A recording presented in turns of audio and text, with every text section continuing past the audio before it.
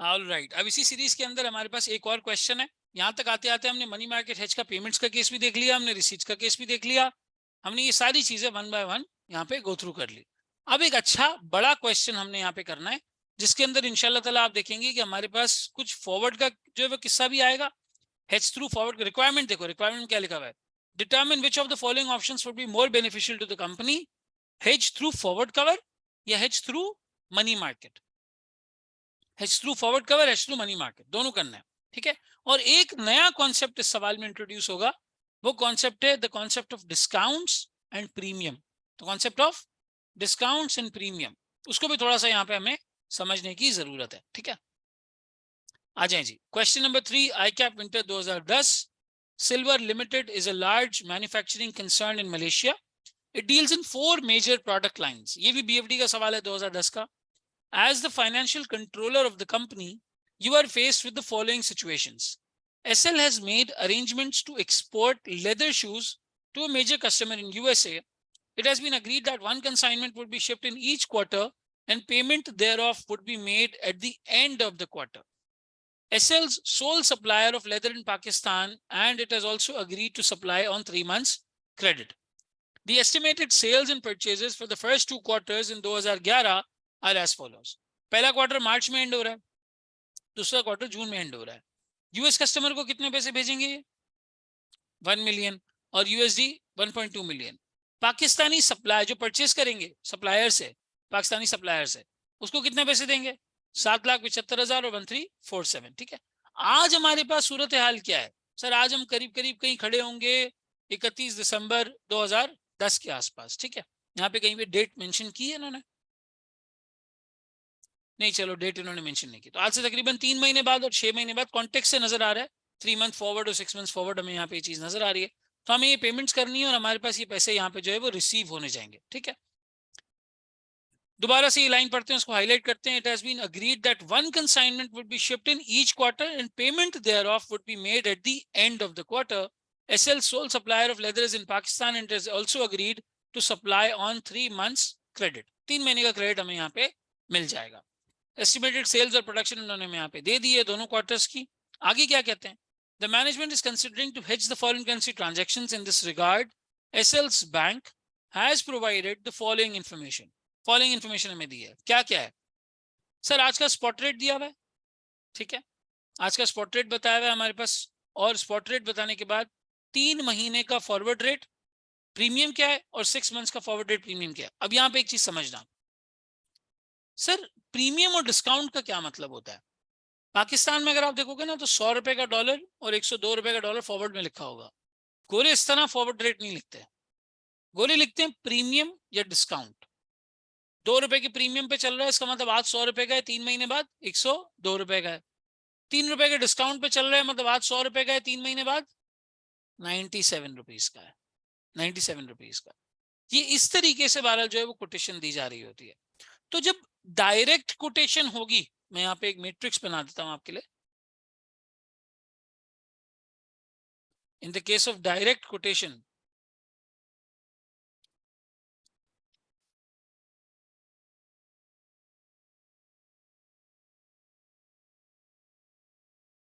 Sir direct quote के case में premium को ऐड करेंगे और डिस्काउंट को लेस करेंगे। मिसाल के तौर पे आज का आपको स्पॉट रेट दिया हुआ है और 6 महीने का प्रीमियम बताया हुआ है, तो प्रीमियम को क्या कर देना है? प्रीमियम ऐड हो जाएगा अगर डायरेक्ट कोटेशन है। डिस्काउंट है तो लेस कर देंगे अगर डायरेक्ट कोटेशन है। तो इनडायरेक्ट कोट है बिल्कुल उल्टा,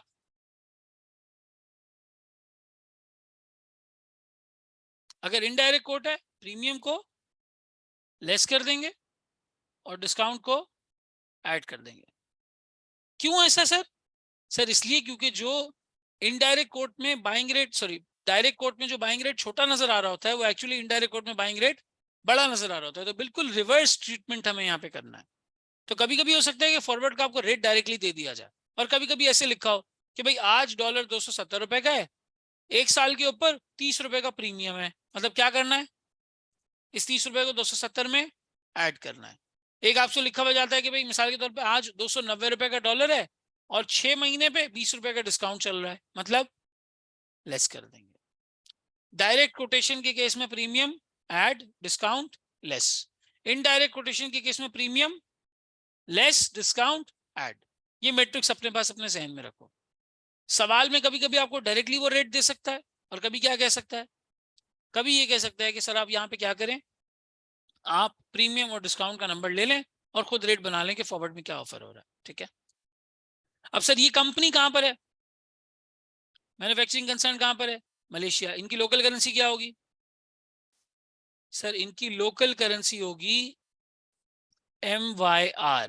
MYR बोले तो मलेशियन रिंगिट्स, मलेशियन रिंगिट। ठीक है, ये इनकी लोकल करेंसी होगी। देखो यहाँ पे जो MYR आपको दिया हुआ है ये उसी तरीके से दिया हुआ है। USD डिनोमिनेटर में है या MYR डिनोमिनेटर में है, USD है। पर USD के हिसाब से हमने ये सारी चीज डिफाइन की हुई है। How many units of local currency come in 1 unit of foreign currency, ऐसा लिखा हुआ है यहाँ पे। तो फिर ये कोटेशन कैसा हुआ, ये डायरेक्ट कोटेशन हुआ मियाँ, डायरेक्ट कोटेशन हुआ। ठीक है, इसको यहाँ पे मेंशन भी कर देते हैं।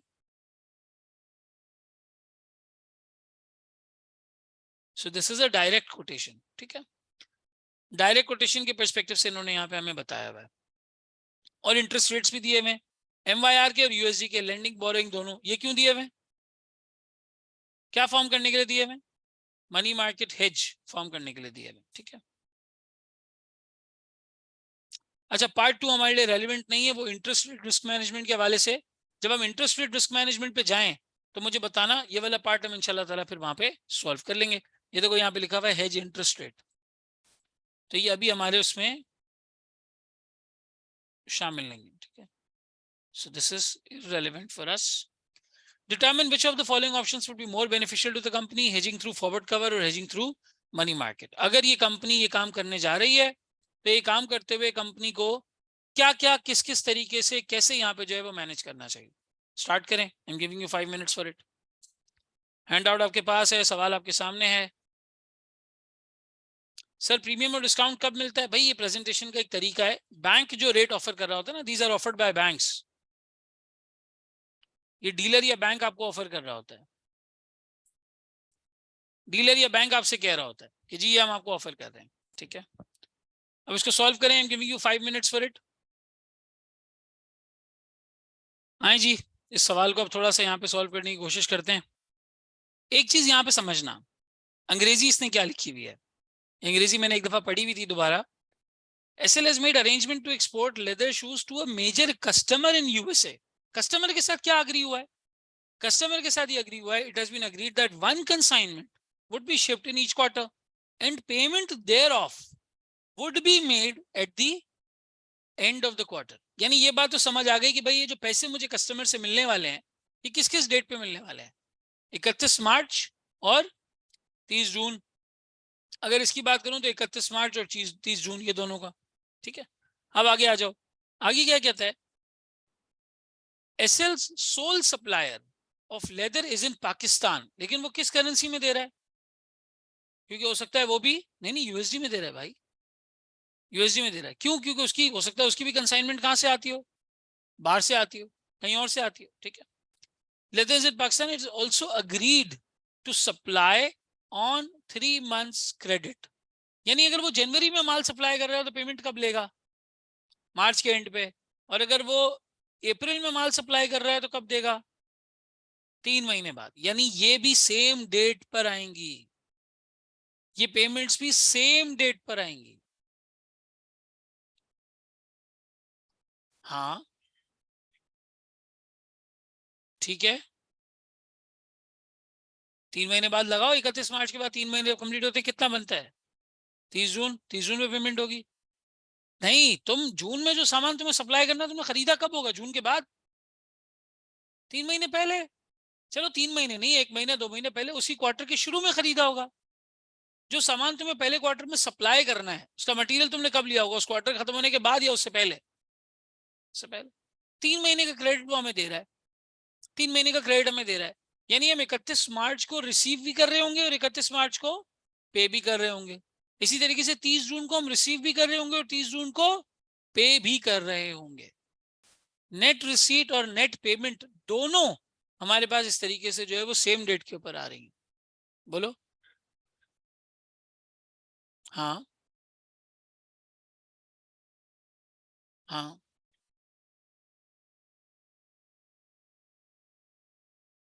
3 महीने का क्रेडिट मिल जाएगा।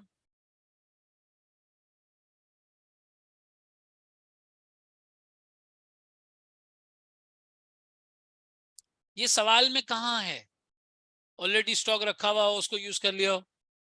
भाई 3 महीने के क्रेडिट की ये बात कर रहा है, ऑन 3 मंथ्स क्रेडिट। ठीक है, और यहाँ पे सामने बता रहा है फर्स्ट क्वार्टर से रिलेटेड मेरी इतनी पेमेंट्स बनती है जो मैंने सप्लायर से की है। नहीं, इसकी पेमेंट तो करोगे ना। हाँ, तो 31 मार्च को सामान कैसे पहुंच गया तुम्हारा वहां, जिसको कस्टमर को सप्लाई किया? यही तो कह रहा हूं। कैसे पता? सबसे ज्यादा इजीएस्ट इंटरप्रिटेशन इस सवाल की क्या निकल सकती है देखने से? सीधा सीधा क्या नजर आ रहा है? पहले क्वार्टर में हमने परचेज करी है, पेमेंट भी करनी है, पहले क्वार्टर में सप्लाई किया सामान, उसकी रिसीट भी आएगी।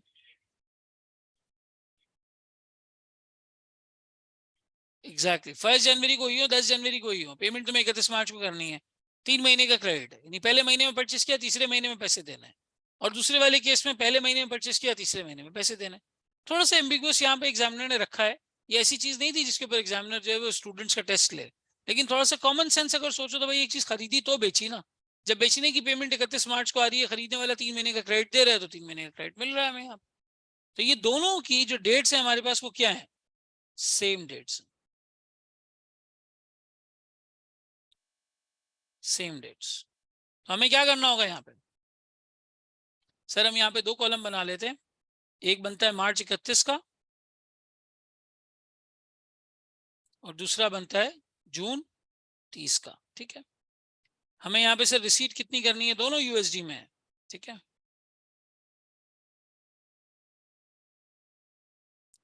कितना मार्च 31 को रिसीव करना है हमने? सर ये हमने करना है 1020, और यहाँ पर 1224000। और इसी तरीके से पेमेंट कितनी करनी है?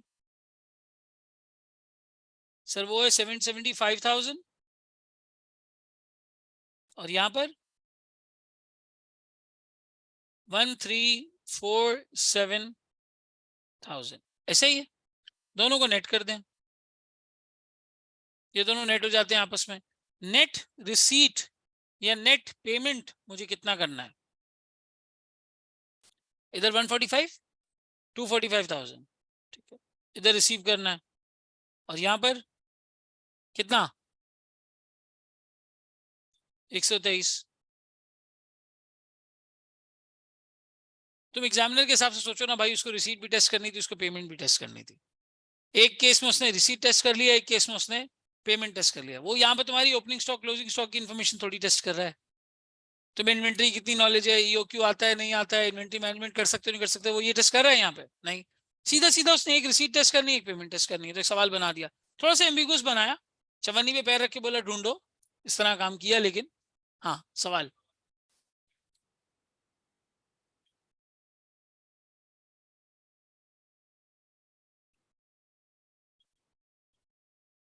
हाँ हाँ, अजम्पशन किस चीज की लिखोगे?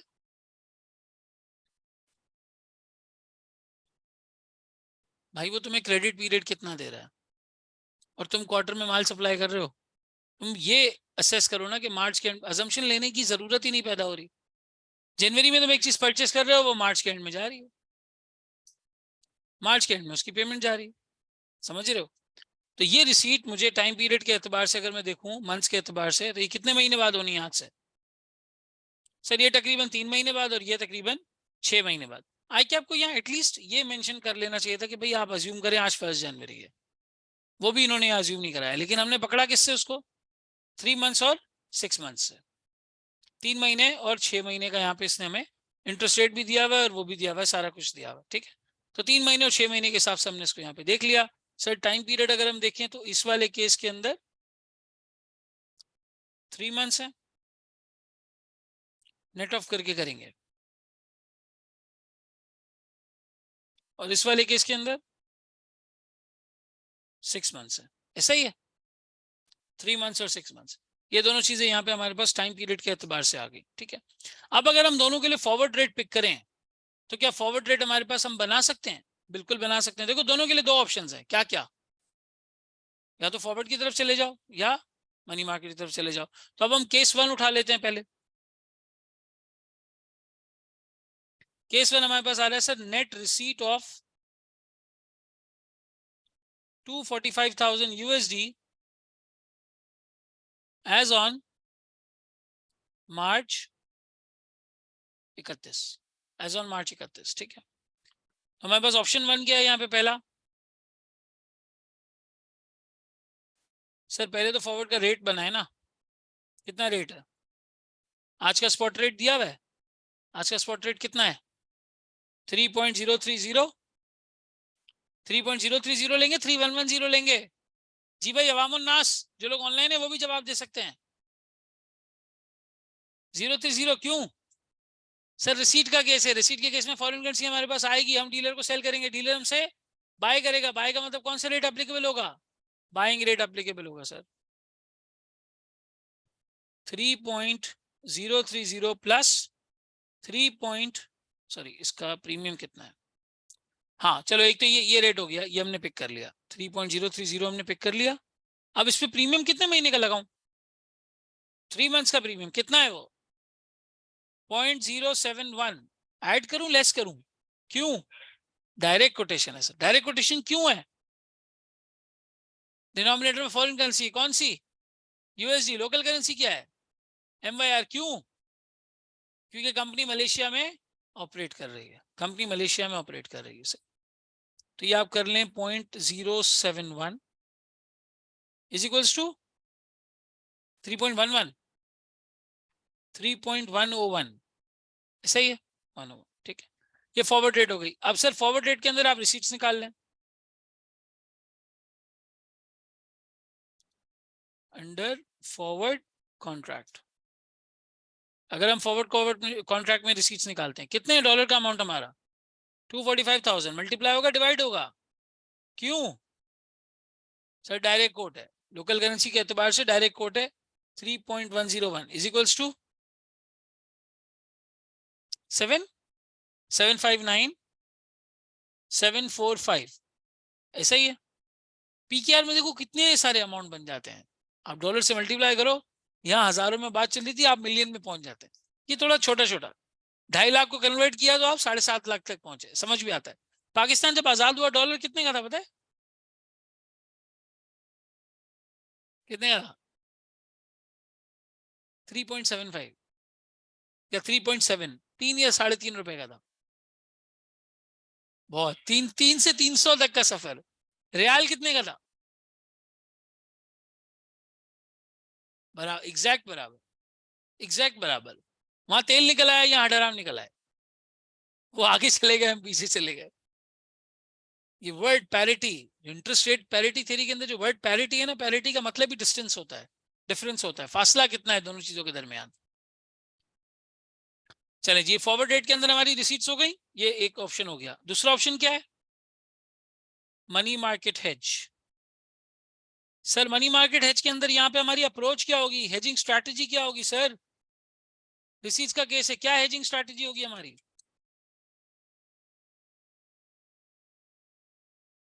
हाँ जी, क्या करेंगे? एक ही जवाब आया है, borrow in foreign currency, invest in local currency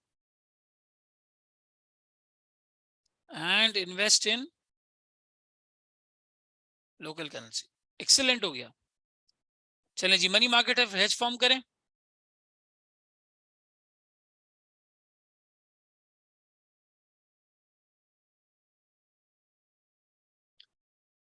all right,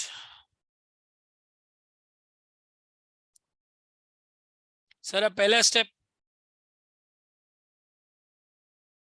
borrow in foreign currency. कितना बोरो करेंगे? 2,45,000 मल्टीप्लाई बाय 1 प्लस, क्या रेट है बोरोइंग का हमारे पास? सर यूएसडी में करेंगे, एमवाईआर में बोरोइंग करेंगे?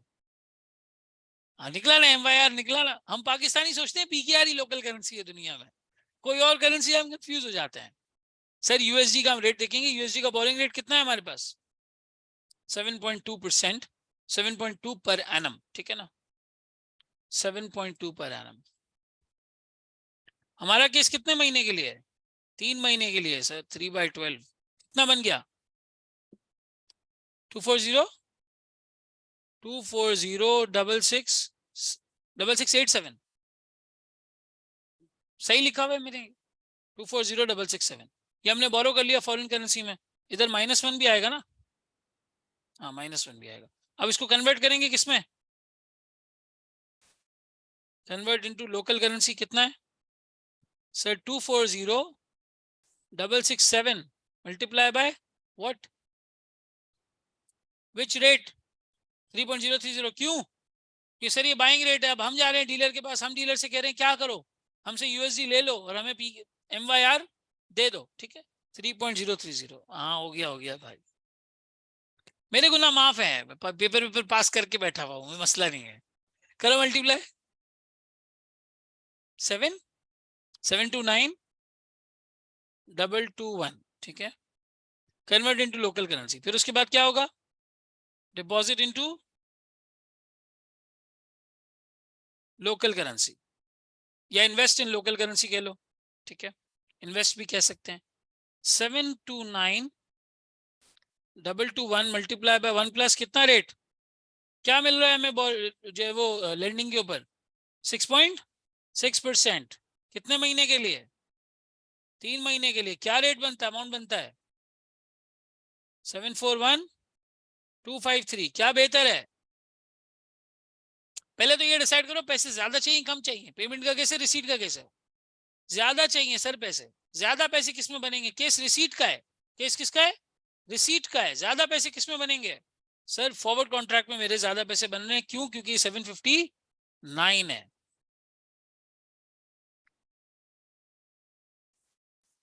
मोर रिसीट्स यानी कि बेटर, ठीक है। तो केस 1 में हमारा कंक्लूजन क्या हुआ sir, forward cover is better than the money market hedge. Case 1 में हमारा कंक्लूजन ये निकला। अब केस 2 में पेमेंट रिसीट का कैसे, पेमेंट का कैसे, चारों को नुकसान होगा। देखो जब तुम रिसीट में कन्वर्जन करते हो किस रेट पे करते हो, बाइंग रेट पे, पेमेंट में जब कन्वर्जन करते हो किस रेट पे करते हो, सेलिंग रेट पे। कन्वर्जन किस वक्त, मनी मार्केट हेज में। दोनों के मनी मार्केट हेज में जो सेकंड स्टेप है वो क्या है, यहां तुम लोन ले रहे हो पीकेआर में, कन्वर्ट करा रहे हो फॉरेन करेंसी में, किस रेट पे करवा रहे हो, सेलिंग रेट के ऊपर। कौन सा केस, पेमेंट वाला केस। यहाँ तुम लोन ले रहे हो फॉरेन करेंसी में, कन्वर्ट करा रहे हो लोकल करेंसी में, किस में करवा रहे हो, बाइंग रेट। तो बाइंग रेट छोटा होता है ना, ऑटोमेटिकली तुम्हें नुकसान होगा। कोई भी कंपनी प्रैक्टिकली भी ये नहीं करती। कंपनीज क्रेडिट पीरियड, परचेजेस की पीरियड, जो पेमेंट का टाइम पीरियड होता है वो ऐसा डिसाइड करती हैं कि उनकी रिसीट्स और पेमेंट्स कोइंसाइड हो जाए। इसको कहते हैं मल्टीलेटरल नेटिंग। क्या कहते हैं कि भाई, और ये तो बहुत बड़े लेवल पे होता है। कुछ कंपनीज में लोग होते हैं जो सिर्फ करते ही नेटिंग है, उनका काम ही बैठ के नेटिंग करना है। अब थिंक ऑफ नेस्ले, 200-250 सब्सिडरीज हैं। थिंक ऑफ यूनिलीवर, कितने लोगों को कितनी जगह पे बैठ के कितनी करेंसीज में पेमेंट करनी है। ग्लोबल सारा यूएसडी में होता है। तो वो क्या करते हैं, वो बैठ के एक हेड ऑफिस के बंदे जो है कैलकुलेट करते हैं कि यार इनकी सबकी पेमेंट रिसीट्स आपस में नेट करवा दो, ताकि इनको कन्वर्जन की, बाइंग रेट, सेलिंग रेट की, बैंक की बार बार चार्जेस ना देने पड़े, बार बार पैसे ना देने पड़े। तो वो एक ग्रुप लेवल पे कंबाइंड कैलकुलेशन बनती है, और एक बंदे का काम होता है वो हर मंथ एंड पे बनाता ही यही है सब, यही करता है वो, उसका और कोई काम ही नहीं है।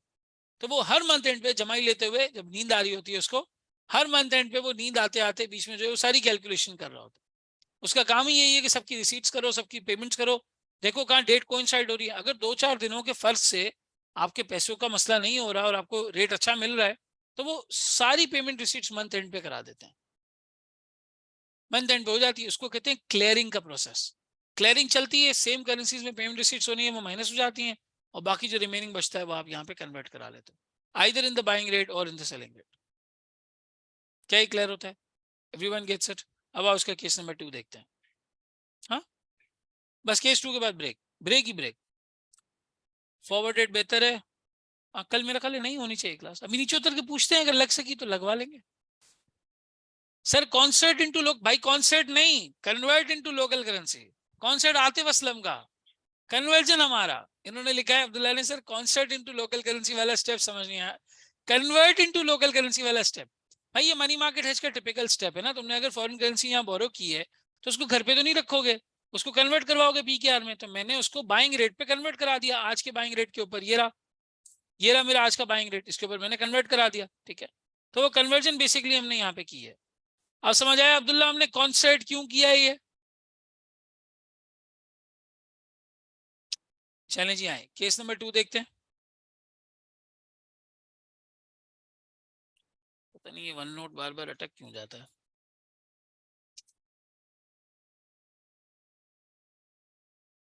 अब हमारे पास है सर केस नंबर 2। केस 2 में हमारे पास नेट क्या है? अरे कोई एनोटेट कर रहा है।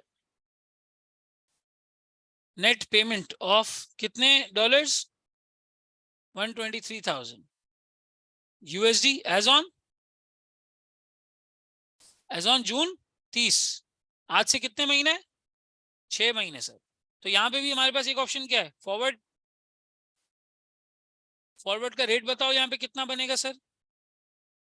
सर अब थोड़ी गेम जो है वो बदल गई, अब बाइंग रेट का काम नहीं है सर, आप किसका है? अब सेलिंग रेट का काम है। 3.110 प्लस सर 6 महीने का प्रीमियम कितना है? ये वाला 6 महीने का प्रीमियम है, उस केस में ये 3 महीने वाला प्रीमियम लिया था हम। 6 महीने का प्रीमियम इज 0.164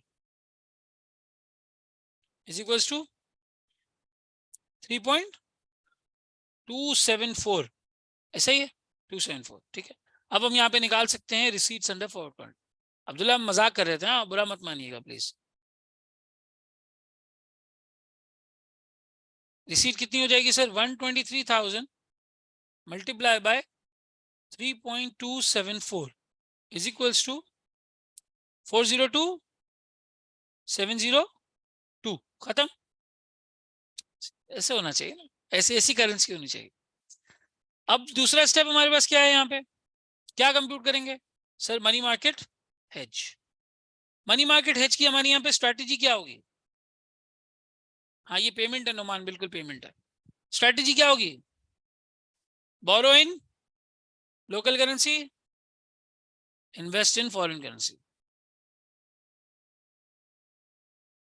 तो सर पहले इसके लिए क्या फाइंड आउट करना पड़ेगा हमें? पहले ये तो चले पता चले कितना बोरो करना है, प्रेजेंट वैल्यू तो पता चले। प्रेजेंट वैल्यू ऑफ 123,000 यूएसडी कैसे बनती है sir? 123,000 USD multiply by 1 plus क्या परसेंटेज है हमारी? सर इन्वेस्टिंग देंगे लेंडिंग लेंगे? लेंडिंग कौन सी करेंसी का? कौन सा है वो? 5.8। कितने महीने के लिए? 6 महीने के लिए। प्रेजेंट वैल्यू का -1 लग जाएगा, कितना अमाउंट हो गया? 119533, बस चलो खत्म। 119533। अब इसको क्या करेंगे? कन्वर्ट करेंगे पीकेआर में, क्योंकि इतना हम बोरो कर रहे हैं। बोरो इन पीकेआर। हाँ सही सही सही सही सही सही सही। अभी एमवाईआर लिख देते हैं भाई, अभी एमवाईआर ये आप कन्वर्ट करवाएंगे, ठीक है।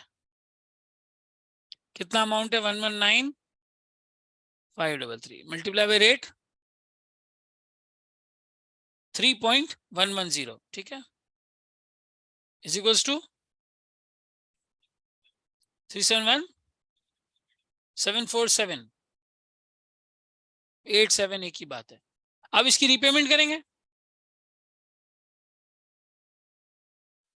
With interest.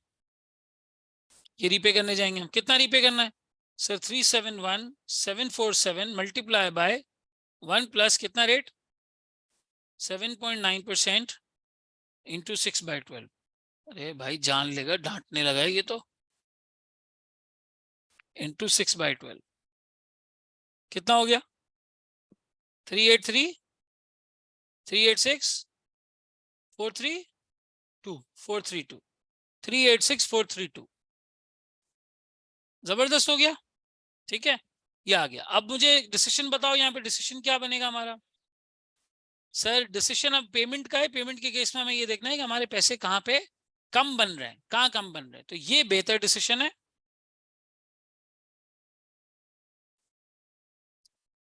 Better than the forward contract. Payment amount is less. तो हमने क्या किया, हमने मार्केट से अच्छा रेट यहाँ पे क्रिएट कर दिया। अब कोई हमसे पूछेगा भाई ये बताओ तुम्हें इफेक्टिव रेट यहाँ पड़ा कितना, तो निकाल सकते हैं, बिल्कुल सर निकाल सकते हैं। 386,432 डिवाइडेड बाय 123,000 कितना बनता है?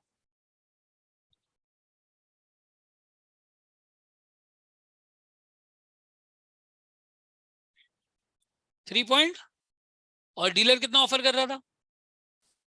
प्रीमियम के साथ मिला के 3.274 ऑफर कर रहा था। तो डीलर का रेट ज्यादा था, इसलिए हमें मनी मार्केट हेज में फायदा हुआ। किसमें? केस नंबर 2 में। लेकिन पहले केस में क्या था, उसमें फॉरवर्ड बेहतर था, उसमें फॉरवर्ड बेहतर था।